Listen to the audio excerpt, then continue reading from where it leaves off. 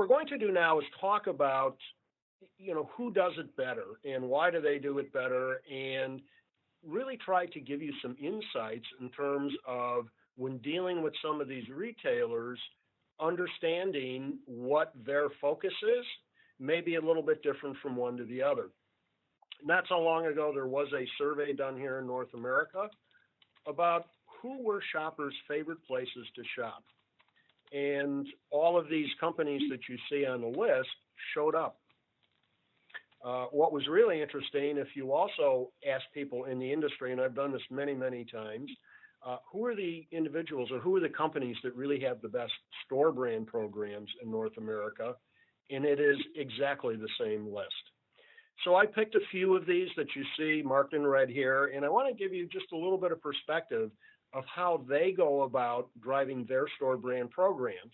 And it's a little bit different with each one of them. Tried to take some from each channel as well. We'll start with supermarket chains. Kroger being the first, and Kroger, of course, is the largest supermarket operator in North America. Unlike most other retailers, they do a lot of their own manufacturing. They operate 38 different plants around the country and provide somewhere just a little bit under half of all the store brand products that they sell to their consumers. One thing that Kroger has done very successfully over the years that has helped them is they have incentivized their managers at all levels of the business. So if you are a store manager, if you are somebody who procures product, if you are a senior officer, part of your compensation is really tied to how well do you do with your store brand programs. Have you helped them grow? Kroger has been very good, especially in recent years, at brand innovation. The most consequential and significant of those is a brand called Simple Truth, which in less than 5 years has grown to be over a $2 billion brand. And that's quite remarkable since it's only sold in something approaching 8% of all the food outlets in North America. That has sparked just about every other retailer to launch and introduce similar brands. All of these items in Simple Truth are really targeted at newer lifestyles.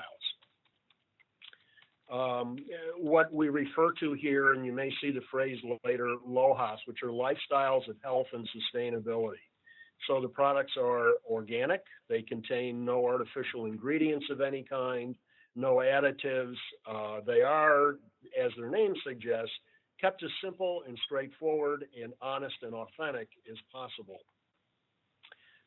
That success has really helped drive the market in a lot of new ways, and I think demonstrated to many people that growing beyond traditional private label is really where you can engage customers.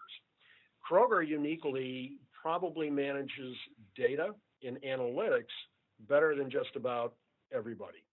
They started a relationship with a firm out of the UK that has worked with Tesco called dunnhumby.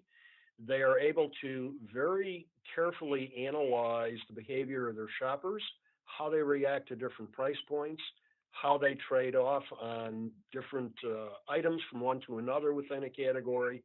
And they've used that to really help drive their business and help drive their store brand sales. As a result, Kroger claims to right now be well over, the last number I saw was a 28% store brand penetration. That's their share of all the business they do, but continuing to increase at rather significant rates. So Kroger, it's really commitment in manufacturing that drives the business. The next two I'll talk about are Aldi and Trader Joe's. These are two firms that have German roots about them, and they are sister companies but operate quite independently from one another. Their focus is almost entirely on store brands. We've recently had Lidl come to the United States, who has a similar type of approach. Aldi is really all about a treasure hunt for value. Each of their brands, instead of a family brand, each category has its own brand. Aldi in recent years has really put a major emphasis on improving quality with their products. They were always inexpensive. Now they are inexpensive and very good, and consumers are beginning to shop Aldi much more frequently than they used to. particularly in higher income segments than traditionally Aldi was able to capture with their format. These are simple stores. They only carry, maybe 1,000 items at most. They focus around grocery basics, but the products are excellent quality and sold at incredibly low prices. Trader Joe's markets a little bit to the opposite end of the spectrum. They have almost a cult-like following. All of their products, again, are almost exclusively their own brands, either Trader Joe's or some brand that they have created for a specific category. And they are all about what's new and different. There is a sense of adventure when you go to Trader Joe's. They're constantly bringing new products. They have a format called the Fearless Flyer that they send out to their customers about once a month and make available in the stores. And each of the new products they have or products they feature, they tell a story. So from the consumer's involvement, it's not simply a functional involvement with the product, but it's actually a fun and experiential type of approach. This is carried out to their stores, the way they train their individuals. Everybody is smiling. Everybody is having a good time. They laugh. They joke with customers. It's really a very pleasant experience to shop there. These are relatively small stores. They're about 15,000 square feet. They don't carry everything, but what they carry is always interesting, fun, and very, very good. Some other things Trader Joe's has done is for the products they offer and the quality they offer, their prices are very, very sharp. They are excellent. One of the things that they did a few years ago was they created a brand of wine, negotiated with one of the major wine producers to purchase in incredibly large volumes some very good wine that had never been sold at that kind of price before. People jokingly refer to it because it's Charles Shaw's, the brand they chose.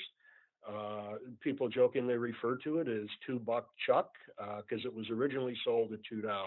Now still sells for $3, but it's still a value that draws a lot of customers to Trader Joe's. So very different from traditional supermarkets here, but very much focused on store brands. Costco and Target, we'll move into some other channels now. Costco, of course, being a warehouse club store, they sell all of their private brand. Unlike other people who tier, everything is done under their Kirkland Signature label. Kirkland Signature is maybe the most respected, or certainly among the most respected private brands in all of the countries where Costco does business. They are unrelenting about providing superior quality within each of the categories where they have brands. And Costco now is approaching 30% of their total volume in Kirkland Signature. Kirkland Signature is most definitely a draw to their stores. It is the reason, frankly, that I shop there. She's holding up a shirt. I'm wearing a Kirkland Signature shirt as we speak right now. But they take that brand across not just food, but many, many products throughout the store. And has been just wildly successful for them. It is a key part of how they go to market. Target is a mass merchandiser. Half of their store is non-foods and hard lines and tools and bedding and clothing and a wide variety of things, but about half their store is in the food line. Target initially, when they moved into food, launched a line called Archer Farms. And part of what they did with Archer Farms was to make it unique from other private brands. It was simply not an attempt to imitate whatever the major national brand was in a category, but really to offer something different in the category, something that would be unique to Target, and something that the customers would come back to as destination items. And that has been very, very successful for them as they have gone forward. HEB, they are in Texas. And by the way, their ports are certainly very close and easy to get to from Trinidad. They're headquartered in San Antonio, Texas. And HEB is probably among the most respected retailers in North America. They're especially respected for how they have managed their store brand program. They're more than a multi-tier program. They have a phrase within their company, and it's those very long set of letters at the top, and I may not have gotten them entirely right, but what it says is we give the customer what they want, but merchandise what we wish them to buy. That has worked well for HEB. They are now, from a price standpoint, and Walmart traditionally has been recognized as a price leader in our markets. They are now below on comparable items, and these are essentially national brands, below Walmart in every market where they do business. And the way they've been able to accomplish that is by really making their private brands become a more important part of the customer shopping trip, because those are certainly more profitable, but they've done it in a way that makes it fun and interesting for customers. They do traditional private label well, but they also do something called Primo Picks. And there's a story behind these items. They talk about going all over Texas to find them. There's a lot of regional pride for people who live in Texas. And so, for example, you can buy tortilla chips that are in the shape of Texas instead of, round or whatever they are normally. They have many, many of these items. They get consumers involved in selecting the items. A lot of different product innovation there. They also operate a chain of stores called Central Market, which are maybe among the best upmarket or premium or gourmet stores, certainly in their region, if not in all of the United States. Their experience with those stores and with their products and with actually utilizing a Central Market brand gives them really, I think, a much broader segment of markets that they appeal to with store brands than most retailers. And it's something that they leverage very well. I talked about customer engagement, and we're going to show you one video today. So Tanika and Garvin, if you can get ready on the other end, I'll tell you when to play the video. For their Primo Picks items, they will ask customers actually to, every year, prepare commercials about their own favorite Primo Picks items. They get hundreds and hundreds and hundreds of entries. They are all very interesting. They're fun. They give awards to some of them. But it's very unique when you find a retailer that can actually have their customers doing their advertising for them. These are all over social media. You can find them very easily. But I'll show you just one to give you an idea because I think this says something about HEB. So, Tanika, can we run the video, please?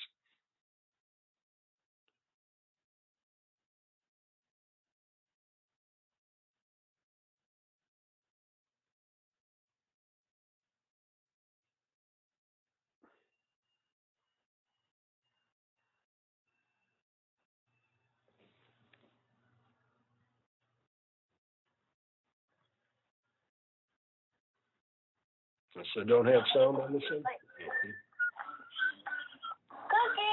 Give away free cookies! Did you say free cookies? That's right. I'm giving away free chocolate chip cookies, all you can eat. Seriously? Yep. Yeah, take a few if you like. Wow, these are good. Take a few. Don't mind? Yep, take as many as you like. Well, how can I do? Wow. These cookies are amazing. I need some milk. I also got some milk, but not just any milk, but HEB's Primo Pick Utopia milk. Utopia? That's perfect. I love Utopia milk. Sure. $6 a cup. What? $6? This sign says free cookies, not free milk. I see, Tip. Well played. Well played. HEB's Primo Pick Utopia. It's irresistible. Cookies! Give away free cookies! So as you can see, that it's a very fun advertisement. It's also one that HEB paid absolutely nothing for. So that's something I think that's really kind of helpful for them. Well, we'll get you past that. And then finally, I did want to mention one because it's very important for anybody selling store brands into the North American market. It is a company that I actually worked for at one time called Topco Associates. And what they do is they consolidate the buying from 49 different member owner retailers that collectively represent more than $170 billion in total retail sales. They're very significant. Everything they buy is store brands. And what they do is by buying for all of these chains, they are able to reduce costs, to be a more effective buyer. They are also able to create brands that their retailers can utilize to supplement theirs. They also procure brands in the retailer's own name. Jim, we don't have your screen We anymore. lost the screen. Okay, give me 1 second, please. I thought that was coming back. Okay. Thank you. Okay, let me go back one here. Yeah, so I was talking about Topco, and as you can see, this is what they do. They've created many innovative and category-specific brands. They have a very strong member commitment. It is important to know about them if you're looking at doing business in North America. Finally, and just talk about some of these trends and stuff that are going on with retailer brands. Free from items, and we're working with a company right now on that. Items that have no artificial ingredients, lifestyles of health and sustainability, things that are authentic. There's been several authentic Italian brands that have been introduced in the past year. They're also a client of mine. Non-foods are being repositioned to broadline brands. And, we tend to talk a lot about food, but there's a lot of activity going on there. Several companies have really completely redesigned and relaunched their non-food brands. We're seeing quality improvements everywhere, and no longer is it, do people feel like, well, we have to just match the brand? In many cases, they're looking for opportunities, especially with packaging, for ways that they can exceed what national brands are doing. And there's a lot of activity going on with perishable products today, an area that did not have a lot of private label in the past.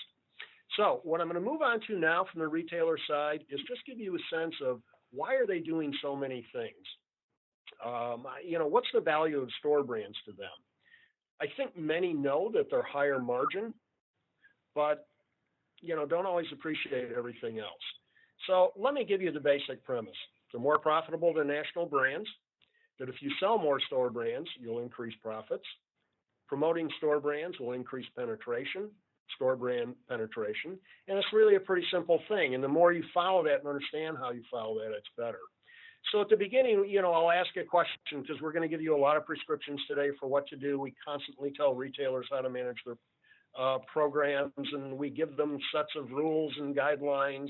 And if you do this, you'll be very successful. But I think it's really more important to follow something else first, and that's to follow the money and find out how does that happen. Now, what I want you to imagine, if you have somebody sitting next to you, think about yourself, the person next to you. Or just pretend someone's there. You can have an imaginary friend. And I give each of you $5. You both go to the store, and you have, in a traditional private brand, the opportunity to spend either $5 on a national brand, or in this example, $4 on a store brand. From the consumer's perspective, it's pretty obvious, pretty quick what happens. You have an extra dollar. And while you hate to say it's that simple, when you start to think about what's the impact of that, it gets more interesting. First of all, the customer saves an average, and these are some numbers, of about 28%. And actually, in the study we're doing right now, the numbers are very, very close to that, compared to what they would be paying for comparable national brand products. It does differ throughout the store somewhat. Some categories are more or less profitable than others. I know in OTC, healthcare medications, store brands account generally for about 70% of all category profits. So that's an important one. But the customer wins big. And the value to the customer here, if you think about it, okay, now I have this extra dollar. And now I do this many times throughout the store. I've accumulated many dollars. So, my value now is, what do store brands mean to me? And while this T-shirt is kind of fun and funny and brings some humor to what store brands are about, in fact, there's a lot of reality here. So if I were to take my store brand savings and maybe buy a bottle of Grand Zaya rum or something instead of something less expensive, store brands actually enable me to do that. And we've run the numbers to find out, at least for U.S. customers, that each household in the United States is saving about $714 a year. For households with children, the number approaches $1,000. For heavy store brand buyers, it's even more. So that's a lot of money that, frankly, can get respent in the store. And if you assume that just half of it gets respent, for the retailer, that generates, for an average store in the United States at an average volume, over $1 million in additional sales generated by additional unit sales, and over $250,000 in additional margin per store. So that's why that's become so important, both to customers and gives you a hint of why it is for the retailer. So let's look at the retailer. It's the same thing. All of you have businesses that you operate or are involved in. And for a retailer, it's much the same as saying, well, if my cost of goods were 40% less than it is, that would be a better thing. And when you compare the return on investment for store brands based on the differences in gross margin and differences in costs, and these are sort of rough averages here, you can see how impactful this really is. It's a lot of capital you can spend elsewhere. We've estimated the number that in the United States, it's actually about $26 billion in additional funds that can be spent building new stores, buying products from your companies, merchandising more aggressively, whatever they wish. The numbers, just so you know what they are, at least in these markets, cost differences, the average gross margin rate is about 35% higher. It's 35% versus 21% for national brands. And the share of category profits for a retailer, essentially it represents on average about 10% of the items, but 28% share of the retailer's profits. So very important, very significant. So if you add all this up, and I won't go through all the numbers, but we've also put in what are the additional costs of managing store brands. And if you look at just the return on invested capital, once you've accounted for everything, the return for national brands is about 26% versus 63% for store brands. So that's driving a lot of this interest as people begin to understand these numbers more accurately than perhaps they did in the past. They're more profitable and loyal store brand shoppers that come to the store. Store brand shoppers spend more, they're worth more, they're more loyal, they make many more trips.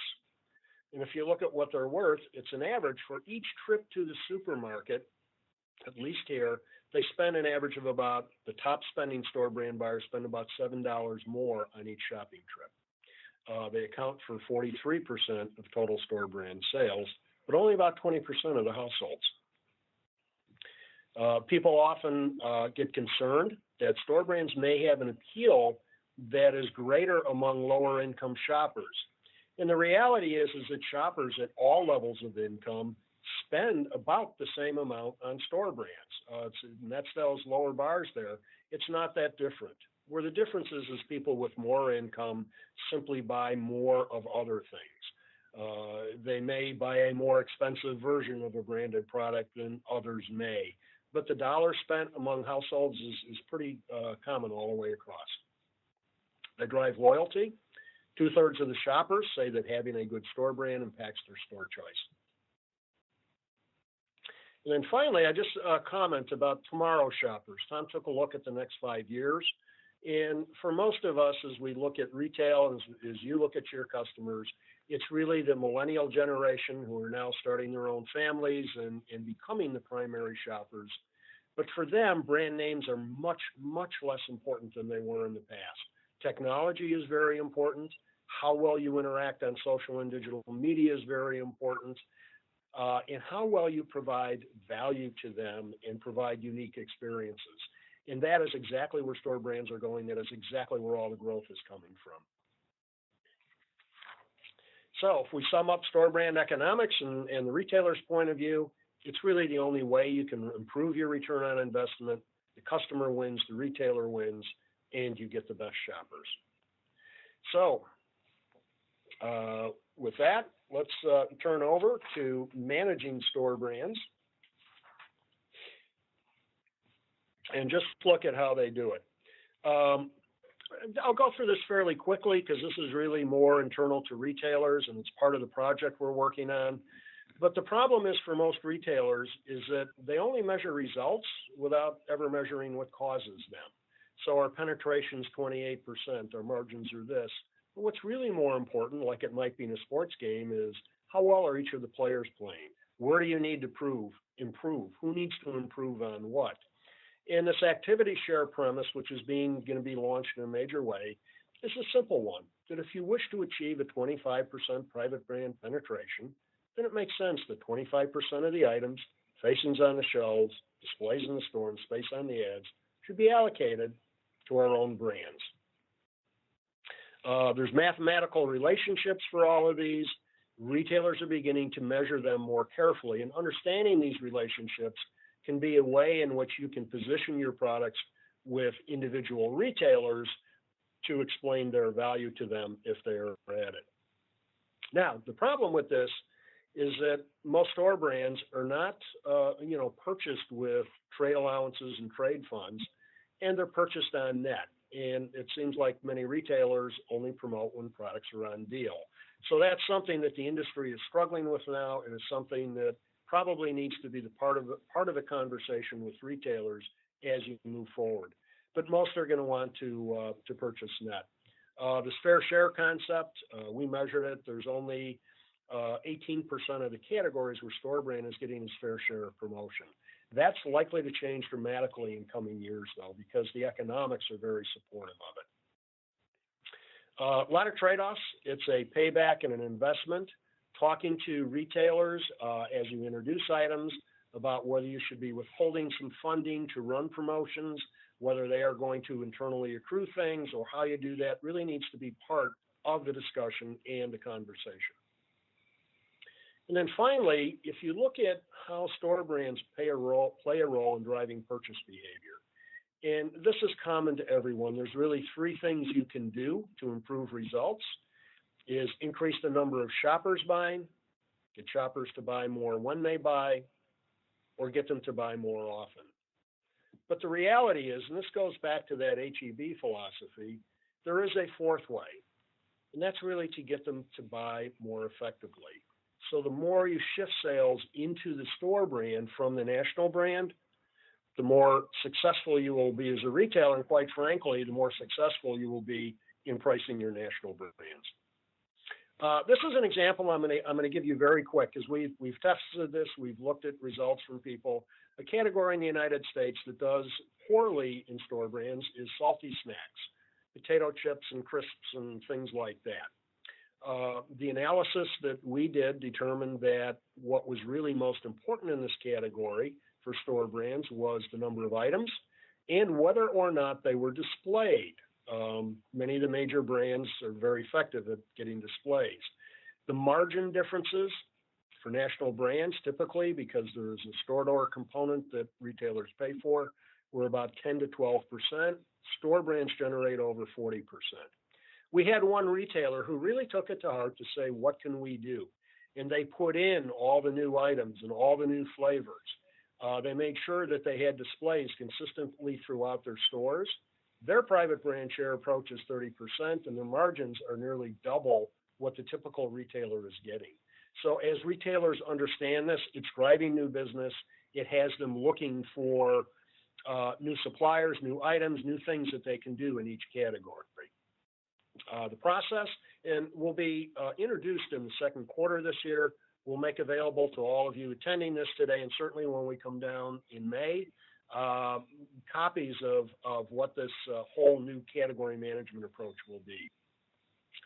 So with that, I would like to turn it back to Tom and start moving back to the manufacturer's perspective. How do we begin to twin these things up and what do you need to know as you begin working with retailers in the store brand arena. So Tom, it's all yours.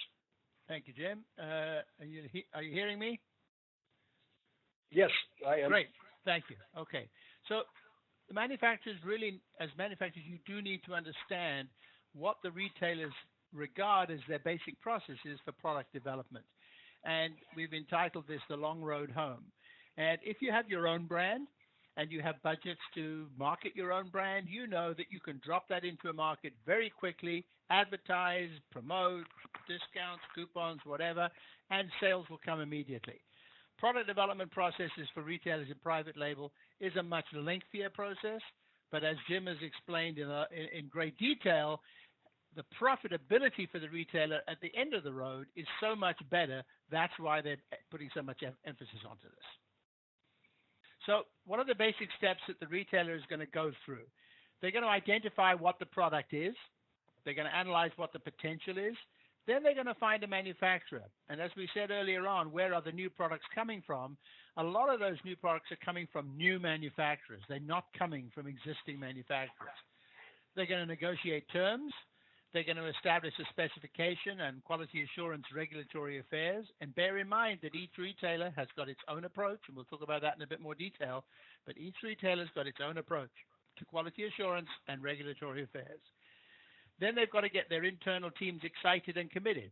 You've got merchandising, you've got buying, you've got distribution, you've got all the factors, all the different silos that interact at retailers to bring the products to bear at the retail store. So you've got to get everybody excited. You've got to get it into the development pipeline, and that we call PLM, and I'll talk a bit more about that in a moment. Product Lifecycle Management, PLM. That's the process by which they manage their developments. They then got to design the package, and finally they got to launch. So it's a multi-step process here, which can take a long time. Some retailers will say, oh, we're very quick. We do this in 9 months. Other retailers say, we do this really quickly, and they'll do it in 18 months. So it's a function of what retailer operates what system to get the products into the marketplace. When I told